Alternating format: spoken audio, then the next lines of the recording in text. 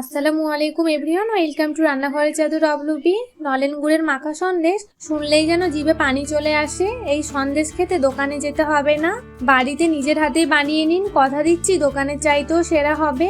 আর বানিয়ে সংরক্ষণও করতে পারেন অনেক দিন পর্যন্ত। কাউকে শুধু একবার বানিয়ে খাইয়ে দেখুন, কেউ হঠাৎই বিশ্বাসই করবে না যে এই সন্দেশ বাড়িতে বানানো হয়েছে। দোকানের মতনই হবে, তার থেকেও দারুণ হবে খেতে। আশা করি সম্পূর্ণ রেসিপিটা আপনাদের খুবই ভালো লাগবে। চলুন তাহলে শুরু করি আজকের রেসিপি। আর আজকে আমাদের রেসিপি নলেন গুড়ের মাখা সন্দেশ। সবার প্রথমে এই নলেন গুড়ের মাখা সন্দেশ বানানোর জন্য একটা কড়াইতে আমি 1.5 লিটার লিকুইড দুধ খুব ভালোভাবে গরম করে নিয়েছি। খুব বেশি জাল দিয়ে নেওয়া যাবে না, হালকা এভাবে গরম হয়ে গেলে গ্যাসের আঁচটা বন্ধ করে দেব। আর কিছুক্ষণ এভাবে নাড়তে থাকবো, এতে করে দুধের মধ্যে অতিরিক্ত যে গরম ভাব ওটাই কেটে যাবে। গরম ভাবটা একটু কেটে গেলে 150 গ্রাম টক দই দিয়ে দেব ছানা কাটানোর জন্য। এভাবে একটা খুন্তি দিয়ে খুব ভালোভাবে নাড়তে থাকবো। কিছুক্ষণ পরেই দেখবেন ছানাটা খুব সুন্দরভাবে কেটে গেছে আর পানিটাও খুব পরিষ্কার হয়ে গেছে। খুব বেশিক্ষণ এভাবে রাখা যাবে না, সঙ্গে সঙ্গে ছেঁকে নিতে হবে, না হলে খুব শক্ত হয়ে যাবে। আমি একটা ছেঁকনি বসিয়ে দিয়েছি, এবার ছেঁকে নেব। এই ছানাটা কাটানোর জন্য আমি এখানে টক দই ব্যবহার করেছি।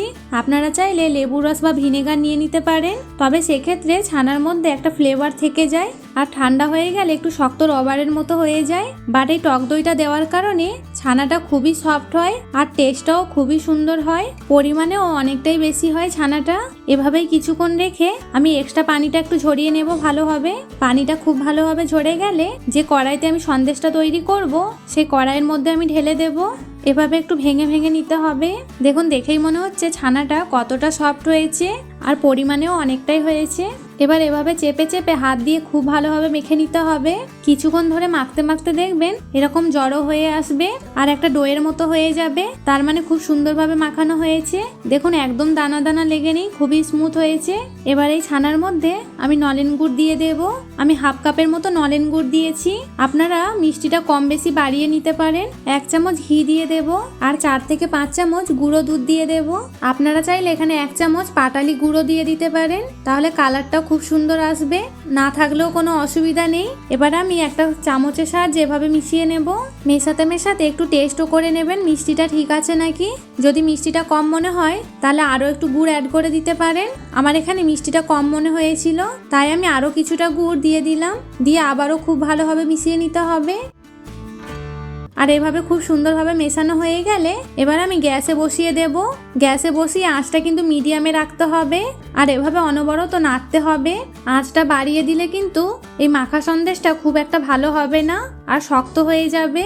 দেখুন 2 থেকে 3 মিনিট পরেই দেখবেন ছানাটা খুব সুন্দরভাবে কড়ার গা ছেড়ে দিচ্ছে আর কালারটাও চেঞ্জ হয়ে এসেছে। ছানার মধ্যে এক্সট্রা যে পানিটা শুকিয়ে গেলে আর এভাবে মাখো মাখো হয়ে গেলে এবার নামিয়ে নিতে হবে। আমি এরকম একটা পাত্র নিয়েছি, এই পাত্রের মধ্যে সবটুকু সন্দেশ আমি এভাবে ঢেলে দেব।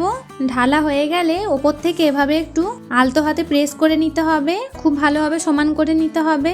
এতে করে সন্দেশটা সেট হয়ে যাওয়ার পরে খুবই সুন্দর লাগবে দেখতে। আর একটু দেখতে ভালো লাগার জন্য আমি ওপর থেকে একটু কাজু বাদাম দিয়ে দিলাম আর একটু কিশমিশও সাজিয়ে দেব। কিছুক্ষণ এভাবে ঢাকনা লাগিয়ে রেখে দেব যতক্ষণ না পর্যন্ত খুব ভালোভাবে ঠান্ডা হয়ে যাচ্ছে। আমি আধা ঘন্টার মতো রেস্টে রেখেছিলাম। এবার আমি ঢাকনাটা খুলে দেখাচ্ছি, খুব ভালোভাবে ঠান্ডা হয়ে গেছে সন্দেশটা। আর একটা চামচ দিয়ে এভাবে কেটে কেটে পরিবেশন করে দেখাচ্ছি। দেখলেন তো আমি কত সহজে নলেন গুড়ের মাখা সন্দেশটা বানিয়ে নিলাম। মাত্র 2-3টি উপকরণে খুব সহজেই সন্দেশটা তৈরি হয়ে যায়। দেখুন দেখতে কতটা সুন্দর লাগছে, আপনারা টেক্সচারটা দেখেই বুঝতে পারবেন সন্দেশটা কতটা পারফেক্ট হয়েছে। এই সন্দেশ খেতে আর দোকানে যেতে হবে না, বাড়িতে নিজের হাতে বানিয়ে নিতে পারবেন, দোকানের চাইতেও সেরা হবে। এভাবে সন্দেশ বানিয়ে কাউকে একবার খাইয়ে দেখুন, কেউ হঠাৎই বিশ্বাসই করবে না যে এইটা বাড়িতে বানানো হয়েছে। একদম দোকানের মতো হবে আর খেতে তার থেকেও দারুণ হবে। আশা করি সম্পূর্ণ রেসিপিটি আপনাদের খুবই ভালো লাগবে। আর যদি ভালো লেগে থাকে তাহলে প্রতিবারের মতো আমাকে কমেন্টে জানাতে ভুলবেন না। আরও এরকম সিম্পল নতুন রেসিপি দেখতে চাইলে চ্যানেলটি সাবস্ক্রাইব করে পাশে থাকবেন। দেখা হবে পরের কোনো রেসিপি নিয়ে, ততক্ষণ সবাই ভালো থাকবেন, সুস্থ থাকবেন। আল্লাহ হাফিজ।